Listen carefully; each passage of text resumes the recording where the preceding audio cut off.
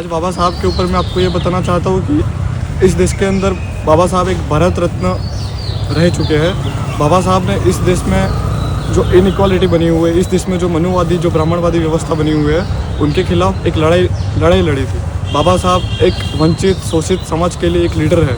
बाबा साहब वंचित शोषित समाज के लिए एक एकेडमिशियन बन के उन्होंने एक संविधान का स्वरूप दिया था।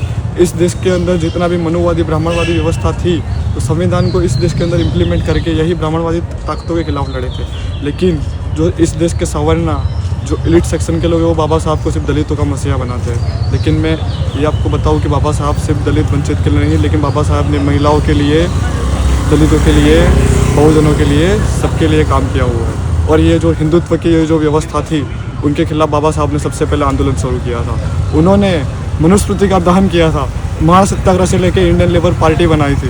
और बाबा साहब को आज भी जो जय भीम का नाम लेते हैं, उनको आज भी मारा जाता है। बाबा साहब की मूर्तियों को आज भी तोड़ा जाता है।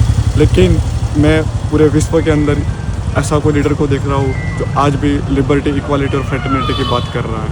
तो बाबा साहब हमारे आदर्श है। जय Bhim. Dr. B.R. Ambedkar was the chief architect of Indian Constitution. He is one of the pioneer of social justice in India, and his work on anti-caste and anti-caste philosophy is still relevant in India. As we see, people are still going through caste atrocities, marginalized communities still facing atrocities based on caste. In this time, I can remember about Article 17, which is about abolition of untouchability, and the rights that he provided us, like Child Marriage Act, Dowry Act. Then he provided a shelter for the widow woman. Then there was education rights as well as voting right that he provided. Ambedkar talks about the resources and the resourceless, and how the resourceless has to face structural violence based on caste. Today, women has inherited basic rights because of him now, and they are able to live a life of dignity. Ambedkar always emphasized on the importance of education. So, despite the present constitutional rights, people still face caste-based violence, and I am coming from the state of Bihar. I can say that I have also faced discrimination, and I see it around the society, despite having all the laws and regulations regarding it.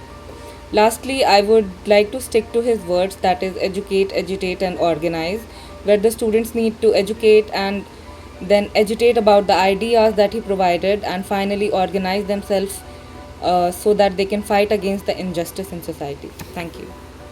मेरा नाम राहत ज़ुबीन है। मैं CRJD का vice president हूँ। और अभी doctor Ambedkar साहब की जो जयंती गुजरी है, डॉक्टर अंबेडकर साहब का नाम सुनते ही हमारे जहन में जो एक बात आती है, वो इक्वालिटी आती है, वो कास्ट सिस्टम के ख़िलाफ़ कड़ा प्रहार नज़र आता है। और उन्होंने इक्वालिटी, रिप्रेजेंटेशन, इन सब की बहुत अच्छी बात की है और उसे इम्प्लीमेंट करके दिखाया है। जैसे उन्होंने एक बार कहा था, जो माइनॉरिटी है, जो दलित हैं, जो पिछड़े हैं, उनके लिए उन्होंने बड़ी अच्छी लड़ाई लड़ी है। उन्होंने एक बात कही थी कि any claim for sharing of power by the minorities called the communalism, while the monopolizing of the whole power by the majorities called the nationalism. तो आजकल जो नेशनलिज्म के आड़ में दलितों पर जुल्म या मुसलमानों पर जुल्म किए जाते हैं, तो उन्होंने बता दिया कि नेशनलिज्म का सिर्फ एक आड़ है, एक पर्दा है। बाकी रिप्रेजेंटेशन का अगर सवाल किया जाएगा, तो वो नेशनलिज्म की आड़ में या किसी भी तरीके उसको सप्रेस करने की कोशिश करेंगे। तो मेरा मानना ये है कि जिस मजबूती के साथ उन्होंने लड़ाई लड़ी और संविधान में इक्वालिटी को और सेक्युलरिज्म को जिस तरह से उन्होंने इस्टेब्लिश किया, वो इस देश की जड़ों में अब पेवस्त हो गया है, वो मिल गया है। हमेशा इस देश में बात होगी इक्वालिटी की, और सेक्युलरिज्म बाकी रहेगा, कभी कमज़ोर कभी कुछ, लेकिन ये चीज़ें इस देश की जड़ों में हैं, हमेशा थी है और हमेशा बाकी रहेगी। जब भी मैं बाबा साहब का नाम सुनता हूँ, तो मुझे सबसे पहले जो नज़र आता है वो आता है कि उन्होंने कैसे इमेंसिपेट किया जितने भी डाउन टोडन्स थे, जितने भी सबॉल्टन्स थे, जो भी सोसाइटी के फ्रिंजेस पे थे, उनको उन्होंने लिबरेट किया है। जो कि एक ब्राह्मणिकल सोसाइटी ऑर्डर था, उसको लिए उन्होंने जो काम किया है वो आई थिंक अनमैच्ड है पूरे सोसाइटी में। और उन्होंने एक प्रेसिडेंट सेट किया है।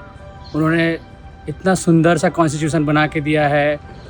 उस कॉन्स्टिट्यूशन में अगर आप देखेंगे तो जो भी बातें हैं वो मार्जिनलाइज वुमेन और इनफैक्ट एक इंडिविजुअल राइट्स, इक्वालिटी, फ्रैटर्निटी की बात करती है।